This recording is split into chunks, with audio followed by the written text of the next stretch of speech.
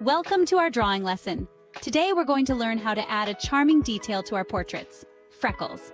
Using Procreate, we can create these beautiful, natural-looking spots easily. So let's get started. First, open your Procreate app and create a new canvas. For this project, we'll use a size that complements the details we want to capture.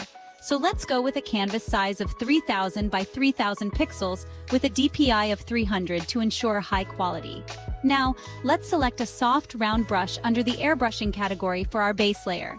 Set your brush opacity to around 70% for a gentle application. We'll start by blocking in the base skin tone. Observe the overall hue and undertones in the photo. You'll notice a warm peachy color. Take a similar shade and apply it evenly across the face. Remember, skin isn't one flat color, so we'll gradually build up different hues to create depth and realism. Next, let's add dimension. Pick a slightly darker shade than your base to define the contours of the face. In the process of drawing a portrait, I begin by selecting warm peach shades from the palette, ensuring they harmonize with the overall tone of the girl's face.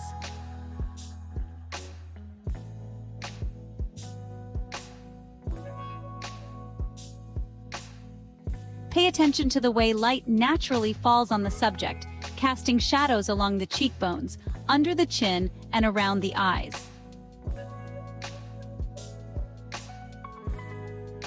Use a smaller, softer brush to blend these areas seamlessly. With careful, deliberate strokes, I start to apply these hues, building up layers to add depth and dimension.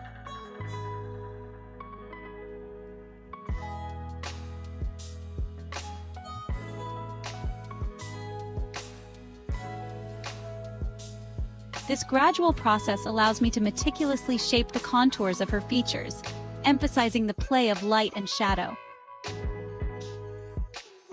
By adjusting the opacity and brush size, I ensure a seamless blend, creating a lifelike and vibrant representation.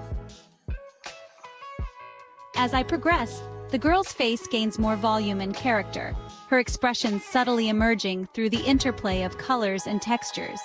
The digital canvas of the iPad offers a versatile platform for such detailed work, allowing for undoing and redoing actions, enhancing precision and control in the artistic process. Now, refine your skin tones by adding layers of varying colors. Skin has reds, yellows, blues, and greens in it. Use a very low brush opacity to gently layer these colors where they naturally occur. For instance, there's often more redness around the nose and cheeks. When creating a realistic portrait, it's crucial to capture the subtle undertones in the face. As we know, the skin on the face is reflective, meaning it tends to pick up and mirror colors from its surroundings. This is a critical detail to remember for a realistic portrayal. When drawing a subject with reddish-brown hair, for example, the hair will cast a shadow on the face. But here's the interesting part. The shadow won't just be a darker shade of the skin color, it will also have hints of the hair color. So, in our drawing, where the hair casts a shadow on the face, we'll use reddish-brown tones similar to the hair color. This creates a subtle yet impactful reflection effect, adding depth and realism to your artwork. Use a soft brush to gently apply the reddish-brown color, blending it into the skin tone. Remember, the intensity of this color should be in harmony with the rest of the face.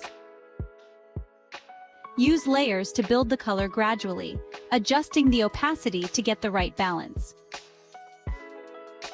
When I draw, I focus on the small details. I carefully draw this using warm brown colors to make it look natural.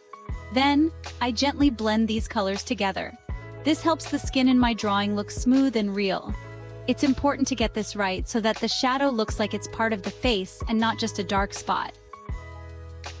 A handy tip is to mix colors on a separate layer. This way you can experiment freely without affecting your main drawing. And don't forget the eyedropper tool, it's great for maintaining color consistency.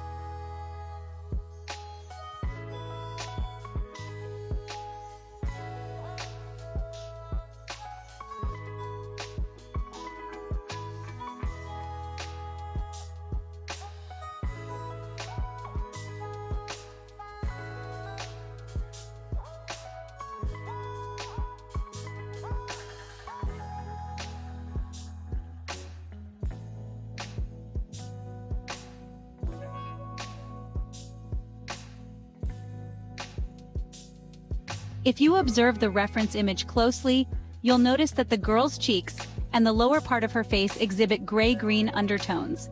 These subtle hues are key to achieving a lifelike representation. By layering these gray-green shades gently, ensuring they are not too dominant. Paying attention to these details makes a significant difference in the realism of your artwork. Remember to constantly refer back to your reference for accuracy, allowing you to capture the true essence of the subject's face.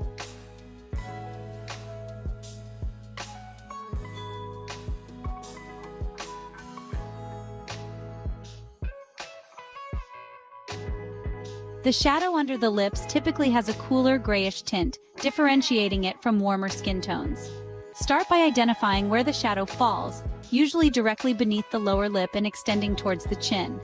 Then, using your chosen cool gray color, begin to apply the shadow lightly, building up the color in layers. The key here is to maintain a light touch and to gradually increase the intensity of the shadow. This technique allows for more control and helps in creating a natural blended look. Use the layering function on your iPad to experiment with different levels of opacity, ensuring the shadow integrates seamlessly with the surrounding skin tones. Remember, the goal is to create a shadow that looks natural and adds depth to the face without being overly harsh or prominent. Use a soft brush.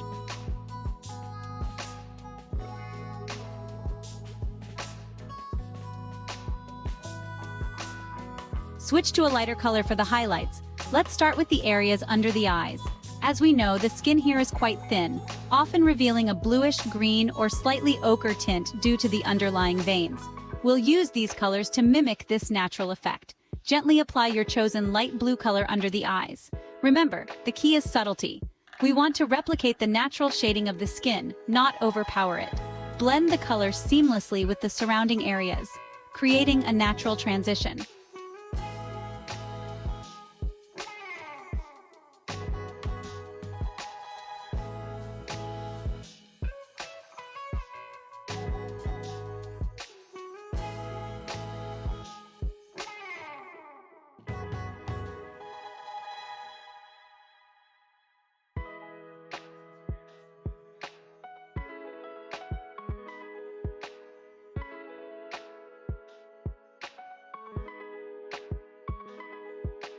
Next, we'll move on to highlighting the forehead, area above the lip, and the chin. Follow the same process, being mindful of the light source and how it naturally illuminates these areas of the face. The goal is to create highlights that are consistent and add depth to our portrait. If you find the highlights too intense, adjust the layer's opacity to soften the effect. It's all about layering and blending to achieve that perfect balance.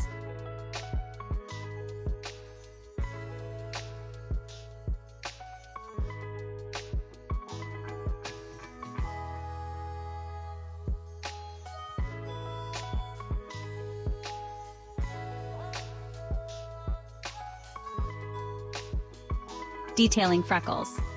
In Procreate, select a brush that resembles the speckled look of freckles. You can find great options under spray paints or textures. Feel free to adjust the brush settings to get just the right texture.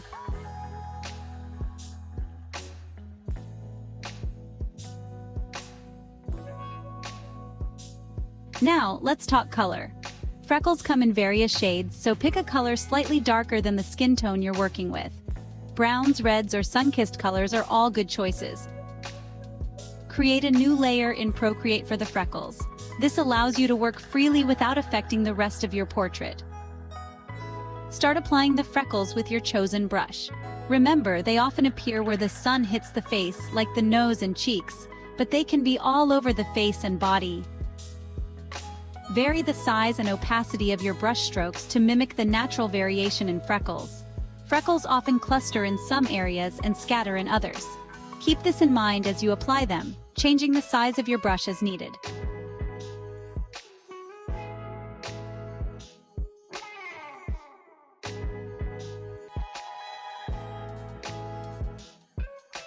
If your freckles look a bit too pronounced, use the blending tool to gently blend them into the skin, softening their appearance.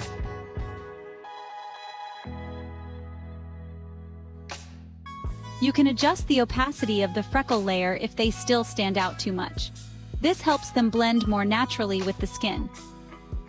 For an extra touch of realism, add a few freckles in different colors. This creates a more varied and authentic look.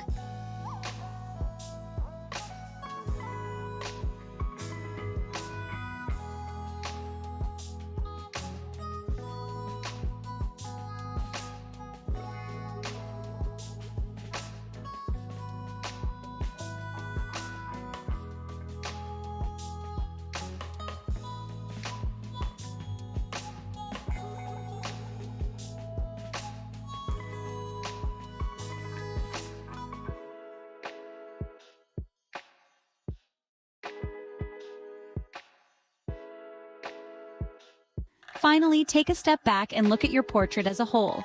Adjust the freckles as needed to ensure they enhance the beauty of your artwork. And there you have it. With these simple steps, you can add delightful freckles to your portraits, giving them a unique and realistic charm. Have fun with it and happy drawing!